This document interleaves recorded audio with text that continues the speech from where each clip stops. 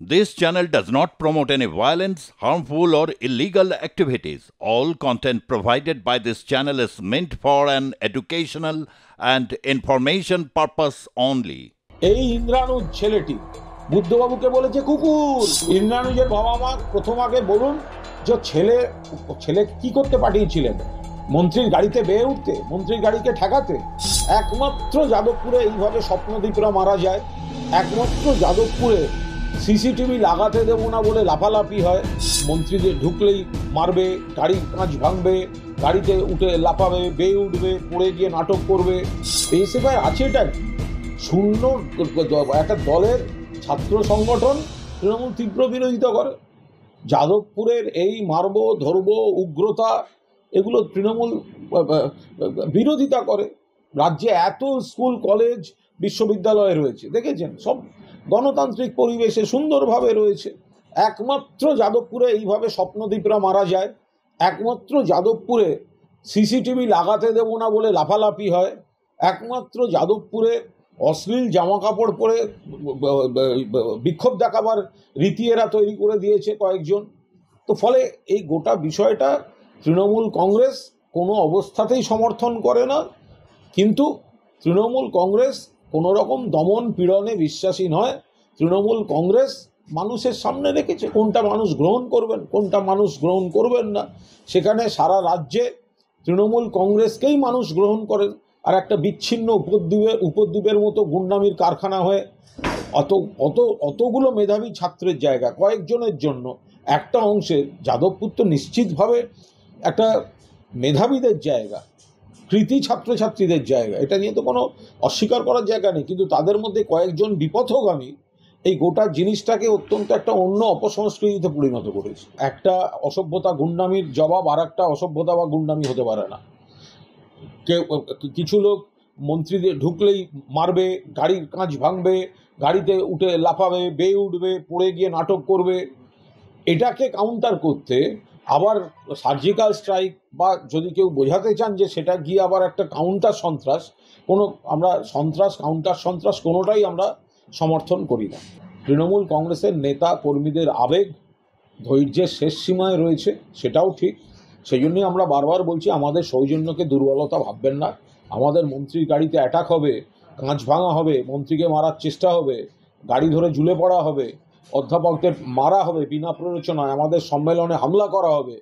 তো আমাদের যারা নেতা মন্ত্রী সারা বাংলায় রয়েছেন তারা যদি দেখেন যে আমাদের লোকরাই আক্রান্ত হচ্ছে, আবার ভিকটিম কার্ড খেলে মিথ্যা কথা বলে নাটক করে বাকিরা এইসব তাণ্ডব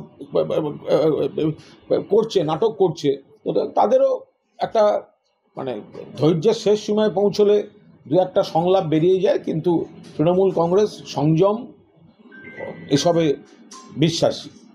ব্রাত্য বসু কিন্তু একজন প্রকৃত অভিভাবকের পরিচয় দিয়েছেন। ওনার উপর হামলা হয়েছে, ওনার সম্মেলন বানচাল করে দেওয়া হয়েছে, ওনার অধ্যাপকদের পেটানো হয়েছে, ওনার উপর গাড়ির কাঁচ ভেঙে ওনার গায়ে পড়ছে, তারপরেও আওয়াজ হচ্ছে ইট নিয়ে আয়। তারপরেও তিনি বলছেন পুলিশ নয়, তারপরেও তিনি বলছেন যারা আহত তারা দ্রুত সুস্থ হয়ে উঠুক, তারপরেও তিনি খোঁজ নিচ্ছেন। এটা তৃণমূলের সংস্কৃতি, এটা মমতা ব্যানার্জির সংস্কৃতি। ফলে এটা দেখে বাকিদের শেখা উচিত। আর কারা ওই গণ্ডগোলে ছিল, তারা কে বাইরের, কে প্রাক্তনিক, কে অন্য জায়গায়, সেগুলো তো নিয়ে প্রশ্ন উঠতে শুরু করেছে। যে কোনো কারণে আমাদের তৃণমূলের একটা স্পষ্ট নীতি আছে, মেরেছ কলসির কানা তা বলে কি প্রেম দেব না? কলসির কানা মেরেছে, তারপরেও শিক্ষামন্ত্রী প্রেম বিলিয়েছেন, এ তো ভালো কথা। তার উপর হামলা করেছে সবাই দেখেছে, তিনি নিজে বলেছেন। কিন্তু যদি কম বয়সী বিপথগামী কেউ আহত হয়ে থাকে, কোনোভাবে ইনজিওর্ড হয়ে থাকে, সে তারা রাজনীতিতে যত নাটক করুক, মিথ্যাচার করুক, শিক্ষামন্ত্রী হিসাবে তিনি যদি তার খোঁজ নিয়ে থাকেন বা তাদের দ্রুত আরোগ্য কামনা করে থাকেন, এটাই তো তৃণমূল কংগ্রেসের উচ্চতা, এটাই তো আমাদের মুখ্যমন্ত্রী, আমাদের দল, আমাদের শিক্ষামন্ত্রীর উচ্চতা। হামলার প্রতিবাদও যেমন করা হবে, তেমন বিপদগামী কেউ যদি ইনজিওর্ড হয়ে যায় নিজেদের ভুলেও, তাহলেও তার দ্রুত আরোগ্য কামনা করাটা ব্রাত্য বসু তৃণমূল কংগ্রেসের সংস্কৃতি। কাদের সম্মেলন ছিল? ওয়েব কুপার কার তৃণমূলের, কারা ছিলেন? অধ্যাপকরা। কে গেছিলেন? শিক্ষামন্ত্রী। তাহলে হামলাটা হবে কেন সেখানে? তার নিন্দা হবে না? কি আশ্চর্য কথাবার্তা! ও তারা হামলা করে চূড়ান্ত বাঁদরামি করেছে, অসভ্যতা করেছে। তারপরে সবাই কি মেপে সেন্টিমিটার নিয়ে সব কত কত সংলাপের প্রভাব কতখানি যাবে সে ইয়ে দিয়ে কথা বলবে নাকি? কি তৃণমূল মোটের ওপর কোনো অশান্তি চায় না। মমতা বন্দ্যোপাধ্যায় অভিভাবকের মতো সকলকে দেখেন, প্রতিপক্ষকেও দেখেন। তৃণমূল রাজনৈতিক বিরোধিতা, রাজনৈতিক সমালোচনা সেটা তো 100 বার করবে, কেন করবে না?